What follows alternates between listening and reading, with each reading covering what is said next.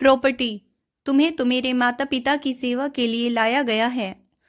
उससे ज्यादा तुम्हारा मेरा कोई रिश्ता नहीं। हिमांशु के ये शब्द अभी भी तन्वी के कानों में गूंज रहे थे।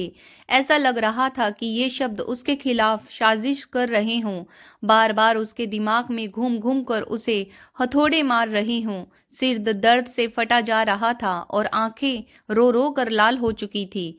पर उसकी पड़ी किसे थी? सब अपने अपने काम में व्यस्त थे। जेठ जेठानी ननन नंदोई सब अपने अपने घर जाने की तैयारी कर रहे थे।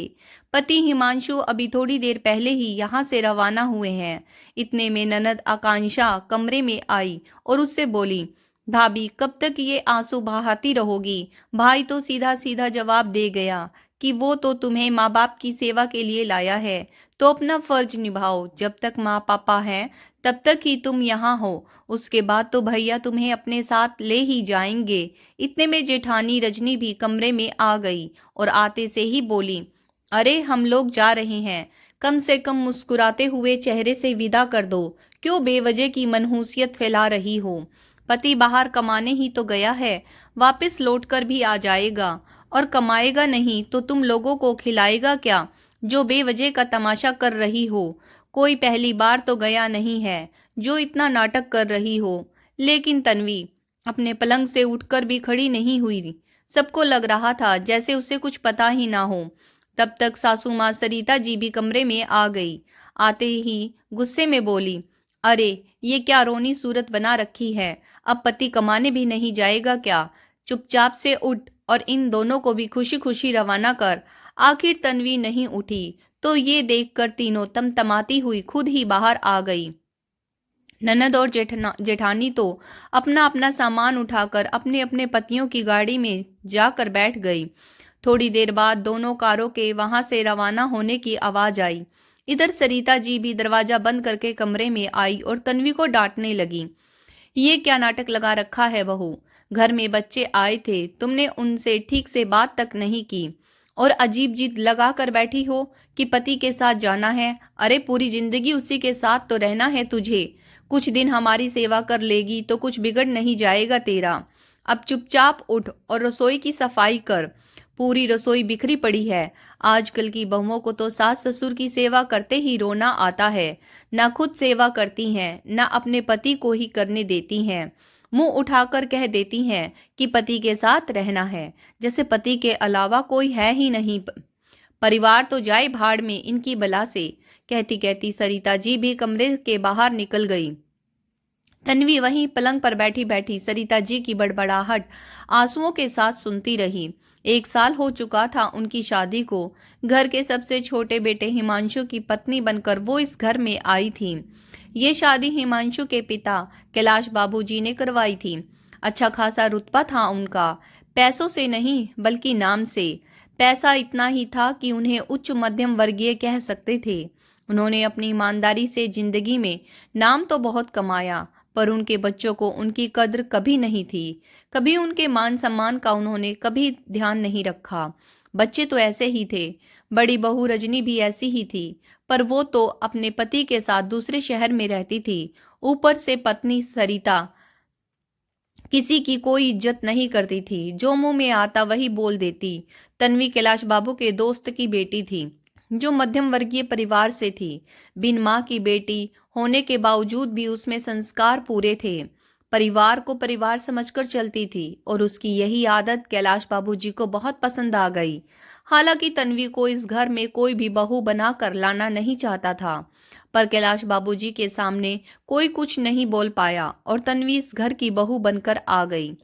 लेकिन अब कैलाश बाबूजी के बिस्तर पड़ने के बाद तन्वी की कोई भी इज्जत नहीं रही।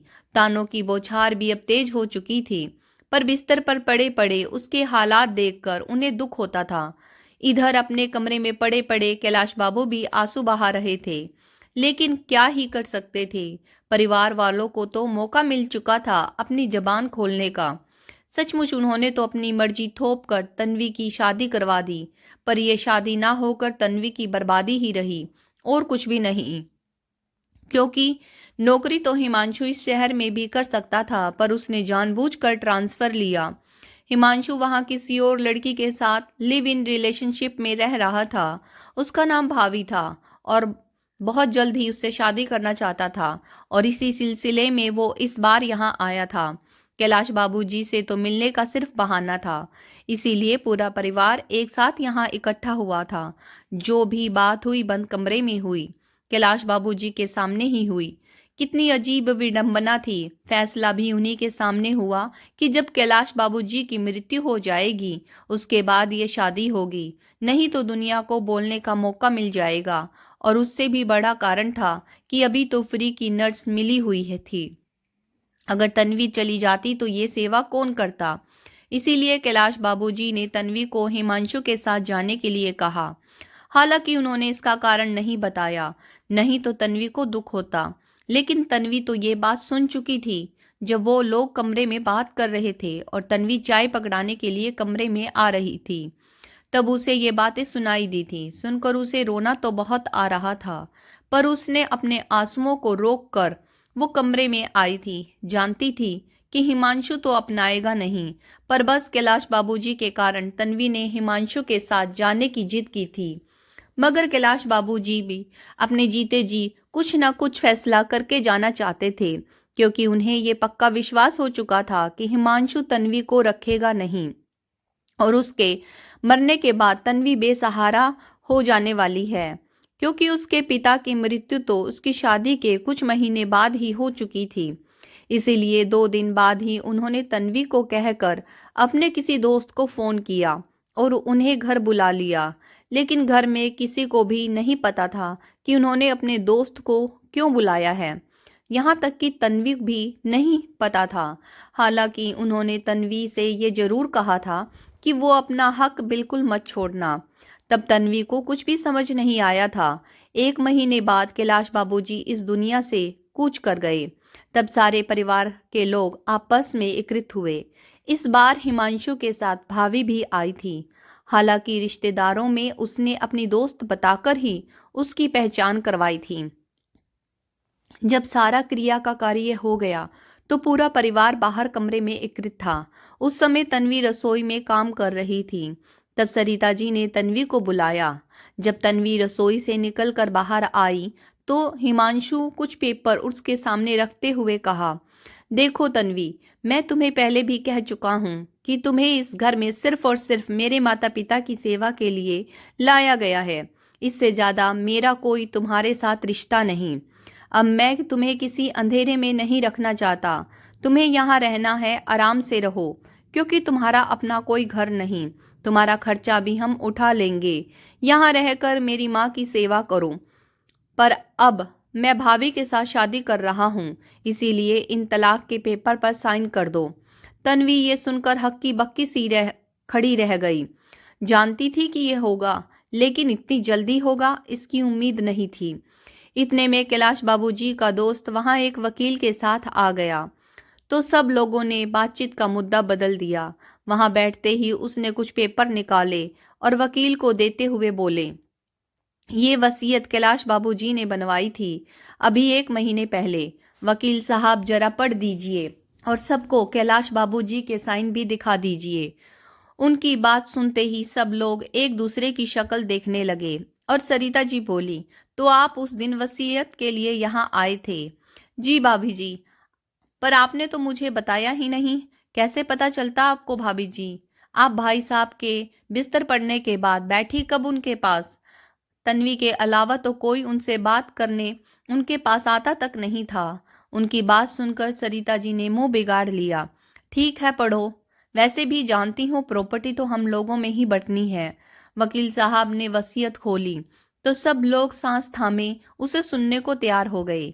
आखिर सब जानना चाहते थे कि उनके हिस्से में कितना क्या आया है। तभी वकील साहब ने पढ़ना शुरू किया। मैं कैलाश बाबू अपने पूरे होशो हवास में यह वसीयत तैयार कर रहा हूँ। इस वसीयत के अनुसार मैं अपने तीनों बच्चों को इस प्रॉपर्टी से बेदखल करता हूँ, क्योंकि जीते जी उन्होंने कभी भी मेरा मान सम्मान नहीं रखा। वहीं इस प्रॉपर्टी के 2 हिस्से होंगे। एक हिस्सा मेरी पत्नी सरिता को दिया जाएगा, जिससे वो अपने बुढ़ापे में अपने बच्चों पर मोहताज ना हो, और दूसरा हिस्सा मेरी छोटी बहू तन्वी के नाम कर रहा हूँ। कुछ वकील ने जरूरी कागजात सरिता जी को दिए और जरूरी कागजात जो कि तन्वी के नाम थे वो अपने साथ लेकर रवाना हो गए, ये कहकर कि ये पेपर्स बाद में हमसे ले लीजिएगा, आपको भी पेपर्स नहीं दिए जाएंगे। कैलाश बाबूजी का हमसे यही अनुरोध था। उनके जाते ही घर में हंगामा शुरू हो गया। देखा, सेवा के बहाने प्रॉपर्टी अपने नाम करवा ली इसने। इतना बड़ा धोखा किया हमारे साथ। जेठानी रजनी बोली। क्यों री, यही बातें करने जा बैठती थी उनके पास। मेरे बच्चों का हक छीन रही है, शराफत से इनका हक वापस कर दे, तेरा इस प्रॉपर्टी में कोई हिस्सा नहीं है। सरिता जी बोली। हाँ तन्वी, वो प्रॉपर्टी तुम वापस करो और तलाक के पेपर पर साइन करो। बस बहुत हो गया। हम मानते हैं कि तुम्हारे पास कुछ नहीं है, इसीलिए ऑफर कर रहे हैं कि यहाँ रहकर माँ की सेवा कर लेना, हम तुम्हारा खर्चा उठा लेंगे, हिमांशु ने बड़ी बेशर्मी से कहा। उसकी बात सुनकर तन्वी को गुस्सा आ गया। मैंने तुमसे शादी की थी, तुम्हारी माँ को गोद नहीं लिया था। जो तुम ये बात कह रहे हो और किस हक से कह रहे हो कि मेरे पास अब कुछ नहीं है? मेरे पास इस प्रॉपर्टी का आधा हिस्सा मौजूद है। पापा जी ने कहा भी था कि अपना हक बिल्कुल मत छोड़ना, तो उसे मैं बिल्कुल नहीं छोड़ूंगी। मैं अपना भला बुरा खुद देख लूंगी। अच्छा, तो तू यहाँ से मेरे बच्चों का हक लेकर जाना चाहती है? ऐसा तो मैं होने नहीं दूंगी। सरिता जी बीच में ही बोली। क्यों माँ जी, बिन सेवा के मेवा चाहिए आपके बच्चों को? कभी अपने पिता का मान सम्मान तो किया नहीं इन लोगों ने। उन्हीं के सामने बैठकर उनकी ही मौत की बातें कर रहे थे। आपको क्या लगता है उस दिन आप लोगों ने बंद कमरे में उनके सामने जो बातें की वो मुझे सुनाई नहीं दी? वकील साहब कह चुके हैं कि आपको जिस कोर्ट में जाना है वहां आप जाइए। और रही बात मेरी, तो फिलहाल मैं यहाँ से जा रही हूँ।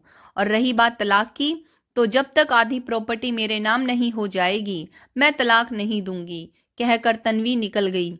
उसके इस रवैये से सब लोग हैरान थे।